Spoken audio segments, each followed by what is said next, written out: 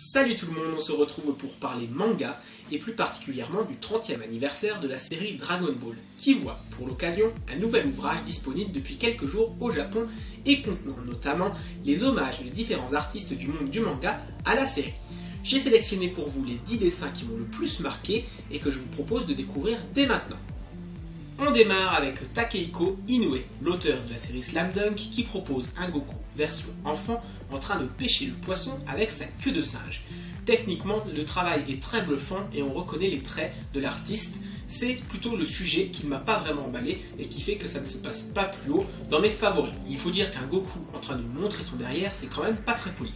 L'illustration suivante nous vient de l'auteur de Yu-Gi-Oh! Kazuki Takahashi, qui nous présente cette fois quelque chose plus proche du style de Toriyama, dont ce Goku avec un dragon dessiné derrière lui, quelque chose qui rappelle bien le style de l'auteur original, qui nous fait penser à la série animée par exemple, mais qui n'est pas non plus très exceptionnel. C'est sympa, c'est propre, mais ce n'est pas très original.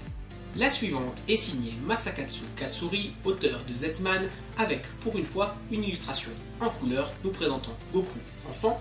Rien de plus, rien de moins, une belle illustration réussie, sans grande originalité, mais avec de la couleur, et c'est toujours bon à prendre, car dans le manga d'habitude, il n'y a pas de couleur.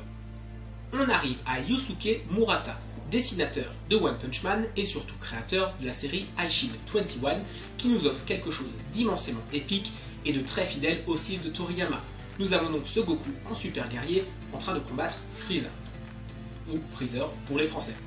Une belle illustration, on ne peut plus fidèle à la série, mais vraiment techniquement c'est très propre. Il faut dire que l'artiste Yusuke Murata est très doué pour faire la copie des styles préexistants. Évidemment, il pourrait rajouter sa sauce comme sur ses propres styles, mais on voit ici qu'il est capable de faire une copie conforme à ce qui existe déjà. On change enfin de personnage, il y a encore une fois Goku, mais il est cette fois accompagné de C17, C18, C16, Cell et Vegeta pour cette belle illustration qui nous vient du dessinateur de To Love Wu Darkness et qui s'appelle Kentaro Yabuki. Une belle illustration, vraiment sympathique, où on reconnaît le trait de l'auteur, surtout sur le personnage féminin de C18, parce qu'il est plutôt connu pour ses personnages féminins que pour ses personnages masculins, qui sont très peu nombreux dans l'œuvre To Love Wu. Une belle illustration très sympathique, où là, au contraire, on change un peu de style et on se rapproche plus du style de l'artiste qui fait hommage que du style de Toriyama. Et nous arrivons maintenant aux 5 premières illustrations. Et là, vraiment, c'est des coups de cœur, c'est vraiment des illustrations qui m'ont tapé dans l'œil et que j'ai trouvé vraiment sympathiques et qui, comme pour la précédente, sont souvent quelque chose en rapport avec le style de l'auteur, mais pas seulement. C'est plutôt une fusion, contrairement à l'illustration précédente où c'était vraiment l'adaptation de Toriyama au style de quelqu'un d'autre, c'est vraiment une fusion, on a vraiment le mélange, on retrouve la patte Toriyama, mais aussi la patte de l'artiste qui rend hommage.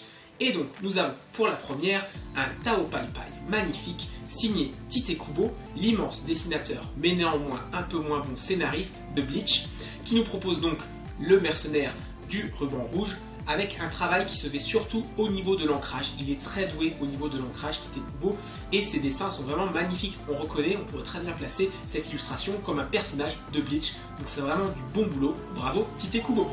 Nous avons ensuite une illustration de C18 à nouveau, de Shun Saeki, que l'on retrouve sur le titre Shokugeki no Soma, également appelé Food Wars dans certains pays.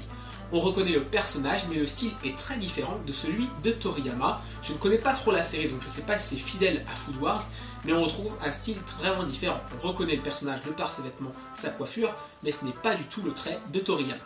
Le prochain dessin est celui d'Eiichiro Oda de la série One Piece, je pense que vous l'avez reconnu, qui propose cette fois une fusion parfaite entre le personnage de Yamcha et celui de Luffy. On retrouve bien les traits de visage de Mugiwara, mais également les vêtements et les cheveux de Yamcha. C'est vraiment le mélange parfait, une fusion comme dans l'anime Dragon Ball et dans la série Dragon Ball, mais cette fois entre deux dessinateurs qui proposent quelque chose de vraiment original et en même temps hommage à la série. C'est vraiment sympa et on remarque que l'arrière-plan est bien travaillé avec ce loup derrière Yamcha, donc c'est vraiment quelque chose en même temps. Eiichiro Oda travaille beaucoup sur les arrière-plans, il laisse pas vide contrairement à Tite Kubo qu'on a vu un peu avant où c'est le personnage, l'ancrage. Ici c'est vraiment quelque chose de grand et encore je pense que là il a été un peu light sur l'arrière-plan parce que c'est juste un sketch, un hommage, parce que dans le manga il fait bien plus que ça, Eiichiro Oda. L'illustration suivante nous présente Bardock, le père de Goku, avec un mélange entre le personnage de Dragon Ball, mais également les traits de visage des personnages de Gintama. C'est donc une illustration d'Hideaki Sorachi, un personnage très réussi ici et qui fait vraiment écho aux deux séries, d'autant plus drôle quand on sait que Gintama ne se gêne pas pour faire des parodies de cette série. Donc on pourrait très bien voir ça dans un véritable chapitre ou un épisode. On a déjà eu des parodies de Cell, de Bleach, etc. dans Gintama, donc c'est vraiment quelque chose qu'on pourrait vraiment retrouver dans le manga Gintama. Bravo monsieur Sorachi.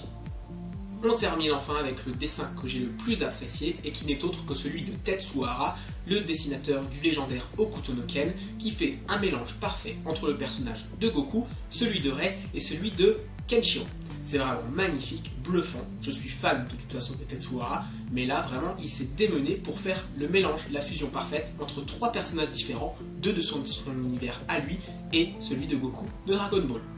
Voilà pour cet aperçu des différentes illustrations disponibles dans le nouvel ouvrage Dragon Ball. Il y en a encore plus, j'ai sélectionné celles qui m'ont le plus interpellé. Donc si vous voulez l'acheter, vous pouvez vous diriger sur des sites comme CD Japan ou d'autres sites de vente au Japon. Et parce qu'il ne sortira évidemment pas, il y a très peu de chances en France. Donc je pense pas que ça coûte cher, j'ai pas encore regardé, je ne sais pas si je l'achèterai, c'est possible. Mais si c'est le cas d'ailleurs, je vous le montrerai. Nous, on se retrouve très bientôt pour une nouvelle vidéo. D'ici là, portez-vous bien. Salut!